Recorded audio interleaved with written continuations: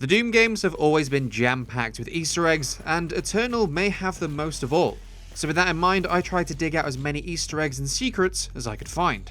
The best place to start is in the Doomslayer's workshop / office / library, where there is a plethora of tiny details that could potentially be easily missed. One of the first things that may catch your eye is the adorable portrait of the Doomslayer and his beloved rabbit Daisy.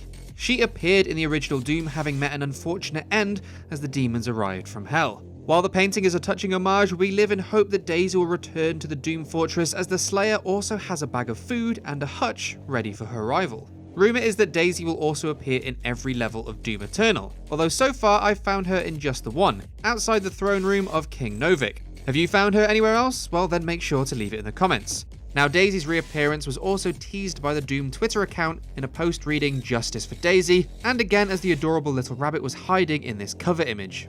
There has always been a theme of referencing older id Software games, with Commander Keen popping up more than once. His helmet, and I guess skull, adorns the top of the bookshelf along with his blaster. His portrait also appears as the mascot for some of the snacks you can find littered around the ruined Earth, alongside one of the enemies of the Commander Keen series, the Dopefish. This strange buck-toothed fish first appeared in 1991's Commander Keen, Secret of the Oracle, but in Eternal also features as a snack food mascot, as well as apparently being a chainsaw manufacturer.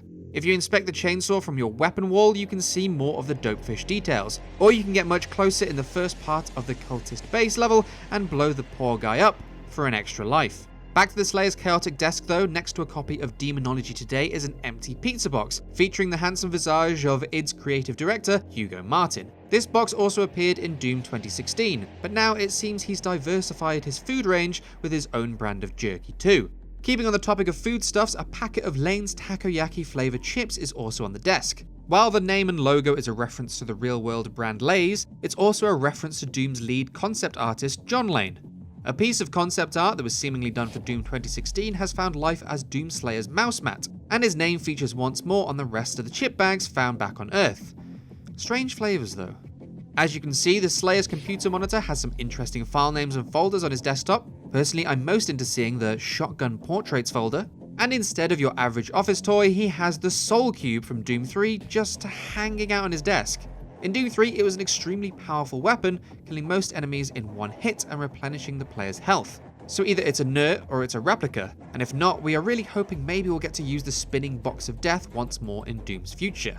One of the comics that stood out to me in this room was one titled Hellwalker, a title that the Doomslayer is sometimes known as. It features a design and font extremely similar to that of the Hellboy graphic novels, but instead featuring one of Eternal's Marauders on the cover. This comic, as well as others found in the room, are published by the Taggart Comics Group. Flynn "Fly" Taggart was actually the protagonist in the 1990s Doom novels, Knee Deep in the Dead, Hell on Earth, Infernal Sky, and Endgame. The peculiar cookbook underneath it, featuring an original Doom Cacodemon sprite, is titled Kadingir Cooking. Kadingir is an ancient Sumerian word for Babylon, and used in Doom 2016 for the first level in which players visited Hell in Kadingir Sanctum. Kadingir Sanctum is also referred to as the Blood Keep, perhaps suggesting that this is a word for one of the locations that these demons reside, and as such is simply a recipe book for some good old-fashioned demon home cooking. Flavours to remind them of home, I guess. Of course, you also have the iconic Doom 2016 soundtrack on vinyl, a version of both on tape, and an old school 1960s PC that you can actually play the original Doom on, that is, if you find all the secret cheat discs in the campaign. Speaking of vinyls, if you find any in the world, be sure to check the framed images back and base. They're all tracks from id's game library, including classic bangers from Wolfenstein 3D and Commander Keen. Finally, tucked away on the right is a skateboard. A little odd for a Slayer to have, sure, but I think it may be a reference to the bizarre time where Doom Guy was an unlockable character in the PC version of Tony Hawk's Pro Skater 3. Now, as to the Slayer's more musical hobbies, Doom has always had ties to heavy metal, and playing on that there are 3 guitars hung on the wall in 3 distinct styles. But take the count of each string and you get 666. That's pretty metal. For anyone wondering about the redesign of the plasma rifle between 2016 and Eternal, the spare parts on his desk may suggest that the pistol and plasma rifle from the previous game are now in bits and pieces. But fun fact for you, the new plasma rifle is based on the design of the original Doom's weapon, which itself was made from a digitized image of the Rambo M60 toy gun. We really have come full circle. Moving to the Slayer's impressive book collection, each spine of every book holds a reference to either a game, classical literature, or the wider gaming community. Here are a few choice nods to some classic novels. Eat, Rip, Tear instead of Eat, Pray, Love, The Man in the High Argent Tower instead of Man in the High Castle, and The Caco in the Rye instead of The Catcher in the Rye. The middle shelf, however, has a lot more modern references. My Buddy Superfly is a reference to Daikatana, written by the game's protagonist to honour the AI companion Superfly Johnson. Why I'm So Great by Dork Norcom is of course a reference to Duke Nukem. Devilish Daggers and Other Assorted Pointy Objects is a nod to the game Devil Daggers, a game that takes a lot of inspiration from the FPS games of the 90s and drops you into an arena fighting hordes of demons. Leandri, A Brief History of Interplanetary Industry is a reference to the Leandri Corporation from the Unreal Tournament series. The Von Braun book takes its name from one of the interplanetary ships from System Shock 2. Mesa Science Monthly, Predicting Unforeseen Consequences, takes its name from Half-Life's Black Mesa site, and the title of the third chapter, Unforeseen Consequences. The UNAT Code training manual for bomb defusal is a reference to the original Deus Ex and the in-game faction, the United Nations Anti-Terrorist Coalition. The Spear of Destiny, a post-war deconstruction, refers to the id Software Wolfenstein 3D prequel, The Spear of Destiny. Living with Rage is of course a connection to one of id's other FPS franchises, the Rage series. The Strogg are one of the races from the Quake series, this book perhaps being a reference to the brutal Strogification process from Quake 4. Retcon, The Life and Times of Flynn Taggart, seems to confirm that the novel protagonist I mentioned earlier is indeed no longer canon. Sorry about that, Fly. The Dopefish returns again in From Nopefish to Dopefish. Titenger, A Guide to Off-World Travel, is a reference to a planet that appeared in the original Doom Bible design document. In the preliminary parts of creating Doom, the game was going to take place on this fictional planet rather than the moons of Mars. The next book shares a title with the fourth and final level of Ultimate Doom, Thy Flesh Consumed. To Pray or Not to Pray is from, well, the Prey series. Interestingly though, the 2006 game used id Tech 4, the same engine as Doom 3, and the 2017 game featured music from the same composer as Doom, Mick Gordon. The Vault Dweller's Survival Guide is a direct reference to the Fallout series, and being safely guided by the Doomslayer figure from the 2016 game is a touching homage to Markiplier's father, Clifton Morris Fishbach. Mark has been a long-time Doom fan, and the title of the book being How to Comb Your Mustache is fitting, as from what I've seen that man really did have a great tash. And of course the rest of the space on the shelf is taken up by some classic entries in the FPS genre. Doom also has some pretty weird symbols, complete with its own demonic language, but one stood out to me as I was skewering this mancubus.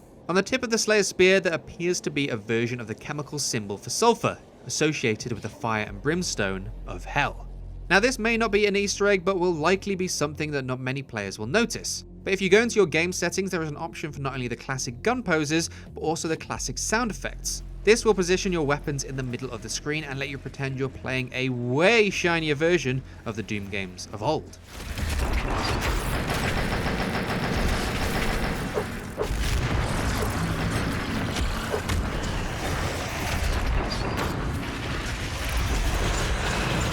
Now the Easter eggs and references beyond this point may have some spoilers to the story of Doom Eternal, so consider yourself warned.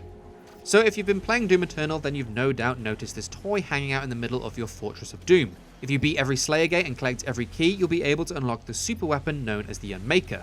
This is one of the things that ties Doom Eternal to Doom 64, where a weapon of a similar name and function, but a much fleshier design, is usable, so it appears that the Slayer may have kept it for a rainy day.